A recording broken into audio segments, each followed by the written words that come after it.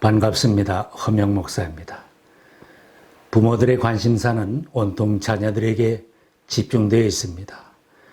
사랑하는 자녀들이 지금 어디에 있는지, 무엇을 하고 있는지 지대한 관심을 가지고 살피시고 항상 찾으십니다. 자녀들이 잠시라도 눈에 보이지 않고 연락이 닿지 않으면 어떤 위험한 곳에 있지는 않을까 염려가 되어 더 마음 졸이며 찾으십니다. 창세기에는 아담과 하와를 찾으시는 하나님의 모습을 기록하고 있습니다. 하나님께서 아담과 하와를 지으시고 가장 이상적인 환경, 에덴 동산을 마련하여 살게 해 주셨습니다. 자녀를 결혼시키는 부모가 그 자녀를 위하여 좋은 것으로 준비해 주는 것처럼 하나님은 아담과 하와를 부족함이 없는 환경에서 살게 하셨습니다. 에덴 동산에서 하나님과 직접 교통하며 살던 아담과 하와는 유혹에 넘어져서 하나님의 말씀에 불순종하였고 인생 실패자가 되었습니다. 아쉬울 것이 없는 좋은 환경 속에서 살아도 범죄자들이 되었습니다. 범죄한 그들이 하나님이 가까이 계신 것을 깨닫고 제일 먼저 한 행동은 하나님의 낯을 피하여 숨는 것이었습니다. 날이 저물고 바람이 서늘할 때에 주 하나님이 동산을 거니시는 소리를 들었다. 남자와 그 아내는 주 하나님의 낯을 피하여서 동산 나무 사이에 숨었다. 그들은 숨었지만 하나님은 아담을 부르시며 찾아내셨습니다. 내가 어디에 있느냐? 하나님이 찾으실 때 아담이 대답하였습니다. 하나님께서 동산을 거니시는 소리를 제가 들었습니다. 저는 벗은 몸인 것이 두려워서 숨었습니다. 아담을 찾으시던 하나님은 지금도 우리들이 어디에 있는지 찾으십니다. 하나님은 세상 모든 사람들을 사랑하시기에 지대한 관심을 가지고 자녀된 우리들의 현 위치를 물으시며 찾고 계십니다. 죄인된 모든 인생을 용서해 주시고 자녀 삼기를 원하시는 하나님은 모든 사람들의 소재를 찾고 물으십니다. 내가 어디에 있느냐? 하나님께서 아담에게 내가 어디에 있느냐고 물으신 것은 소재와 형편을 몰라서가 아닙니다. 모든 것을 다 아시는 하나님께서 범죄한 아담과 하와가 하나님 앞으로 나와서 회개할 것을 재촉하는 말씀입니다. 성경 말씀대로 세상 모든 사람이 다 죄인입니다. 하나님이 하늘에서 인생을 굽어 살피사 지각이 있는 자와 하나님을 찾는 자가 있는가 보려 하신즉 각기 물러가 함께 더러운 자가 되고 선을 행하는 자 없으니 한 사람도 없도다. 의인은 없다. 한 사람도 없다. 하나님은 지금도 하나님 앞으로 나와 회개하지 않고 숨어있는 모든 자녀들을 찾으십니다. 하나님께서 예수 그리스도를 이 땅에 보내신 것도 죄인들을 찾아 구원하려는 것이었습니다. 누가복음에 예수님이 오신 목적을 말씀하고 있습니다. 인자는 이런 것을 찾아 구원하러 왔다. 자신이 범죄했음을 인정하는 것은 하나님께서 찾고 있다는 것을 알고 있다는 증거입니다. 범죄한 아담도 하나님이 찾으실 때 자신이 범죄한 사실을 다 하나님께 고했습니다. 또한 하나님께서 아담에게 계속 질문하시는 것은 하나님께서 포기하지 않고 계속 찾으시는 뜻을 알 수 있습니다. 하나님께서 나를 찾으시는 것을 모르고 살다가도 때로는 인생길에 시험과 어려움을 당하여 하나님이 우리를 찾으시는 것을 깨닫기도 합니다. 환난과 시험을 만날 때 비로소 하나님 앞으로 나와서 자신의 죄를 고백하게도 됩니다. 때로는 성경 말씀과 설교 말씀을 통하여 자신의 죄인됨을 깨닫고 하나님이 나를 찾으시는 것을 깨닫기도 합니다. 때로는 주변에 돕는 사람과 친구들의 손길을 통하여 하나님이 나를 찾으시는 것을 체험하기도 합니다. 포기하지 않고 나를 찾으시는 하나님 앞에 끝까지 숨어 있을 수는 없습니다. 시편의 말씀처럼 나를 찾으시는 하나님으로부터 피하여 숨을 수 있는 것은 어디에도 없습니다. 내가 주님의 영을 피해서 어디로 가며 주님의 얼굴을 피해서 어디로 도망치겠습니까? 내가 하늘로 올라가더라도 주님께서는 거기에 계시고 스올에다 자리를 펴더라도 주님은 거기에도 계십니다. 내가 새벽 날개를 치며 바다 끝에 가서 거주할지라도 거기서도 주의 손이 나를 인도하시며 주의 오른손이 나를 붙드시리이다. 흑암도 우리를 숨길 수 없다고 했습니다. 주에게서는 흑암이 숨기지 못하며 밤이 낮과 같이 비추이나니 주에게는 흑암과 빛이 같음이니이다. 하나님께서 죄인된 나를 찾으시는 것을 깨닫는다면 끝까지 숨으려고 하지 말아야 합니다. 하나님 앞에 내가 여기 있습니다 하고 자신의 소재를 밝히고 나서야 합니다. 찾으시는 하나님 앞에 자신의 현재 모습을 밝히 드러내는 사람은 사죄함을 받고 새로운 사명을 받게 됩니다. 이사야 선지는 거룩하신 하나님을 체험하고 자신의 죄인됨을 깨닫고 고백하였습니다. 나는 입술이 부정한 사람인데 입술이 부정한 백성 가운데 살고 있으면서 왕이신 만군의 주님을 만나 뵙다니. 이때 주님은 사죄하여 주시면서 사명을 주셨습니다. 너의 악은 사라지고 너의 죄는 사해졌다. 내가 누구를 보낼까? 누가 우리를 대신하여 갈 것인가? 이때 이사야는 주님께 응답했습니다. 제가 여기 있습니다. 저를 보내주십시오. 포기하지 않고 나를 찾으시는 주님 앞에 이사야처럼 나서는 사람에게는 주님께서 사명자로 세워주십니다.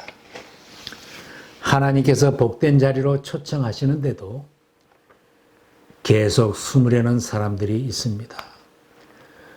우리를 죄 가운데서 구원하시기 위하여 세상에 오신 주님은 끊임없이 우리를 초청하십니다. 주님의 초청은 사랑의 초청입니다. 구원해 주시고 자녀 삼아 주시려고 초청하시며 평안과 안식을 주시려는 초청입니다. 주님은 사랑의 초청에 응하지 않은 백성들의 답답한 모습을 지적하셨습니다. 성경은 나에 대하여 증언하고 있다. 그런데 너희는 생명을 얻으려 나에게 오려고 하지 않는다. 주님의 사랑의 초청을 깨닫지 못하고 끝까지 세상에 숨어 살려고 하는 사람이 있다는 것은 놀라운 일입니다. 주님은 예외 없이 모든 인생을 다 초청하셨습니다. 하나님께서 세상을 이처럼 사랑하셔서 외아들을 주셨으니 이는 그를 믿는 사람마다 멸망하지 않고 영생을 얻게 하려는 것이다. 주님께서 인류 구원의 사랑과 열정을 가지고 자신이 십자가에 달려 죽도록 자신을 내어주시면서 생명 걸고 사랑한 초청입니다. 뿐만 아니라 주님은 세상의 무거운 짐을 지고 수고하는 인생들에게 은혜로운 초청을 계속하십니다. 수고하고 무거운 짐을 진 사람은 모두 내게로 오너라. 내가 너희를 쉬게 하겠다. 주님은 우리 인생들의 죄의 짐과 모든 무거운 짐을 벗겨주시어 자유함을 누리게 하시겠다고 초청을 하시지만 초청의 말씀에 귀를 기울이지 않는 사람들이 많이 있습니다. 신약성경 마지막 책인 요한계시록에도 주님의 포기하지 않는 초청의 말씀이 있습니다. 성령과 신부가 말씀하시기를 오라 하시는도다. 듣는 자도 오라 할 것이요 목마른 자도 올 것이요 또 원하는 자는 값없이 생명수를 받으라. 목마른 자들, 생명수를 받아야 할 모든 사람들을 사랑으로 초청하시지만 많은 사람들은 아담과 하와가 나무 사이에 숨듯이 사람들 속으로 숨어 살려고 합니다. 세상의 바쁜 일 속으로 숨으려고 하고 위선자가 되어 숨으려고 합니다. 여러 가지 핑계를 대며 초청에 응하지 않고 살려고 합니다. 예수님은 잔치에 초청하는 비유로 깨우쳐 주셨습니다. 어떤 사람이 큰 잔치를 베풀고 많은 사람들을 초대하였습니다. 시간이 되어 주인은 다시 종을 보내어 모든 것이 다 준비되었으니 오라고 초청했습니다. 그러나 초대받은 사람들은 하나같이 핑계를 대며 못 가겠다고 사양을 했습니다. 밭을 샀기에 못 가겠습니다. 소를 샀기에 못 가겠습니다. 장가를 들어서 못 가겠다고 모두가 핑계를 대며 다 사양을 했습니다. 주인이 종에게 말했습니다. 큰 길과 산 울타리로 나가서 사람들을 억지로라도 데려다가 내 집을 채워라. 내가 너희에게 말한다. 초대받은 사람들 가운데서는 아무도 나의 잔치를 맛보지 못할 것이다.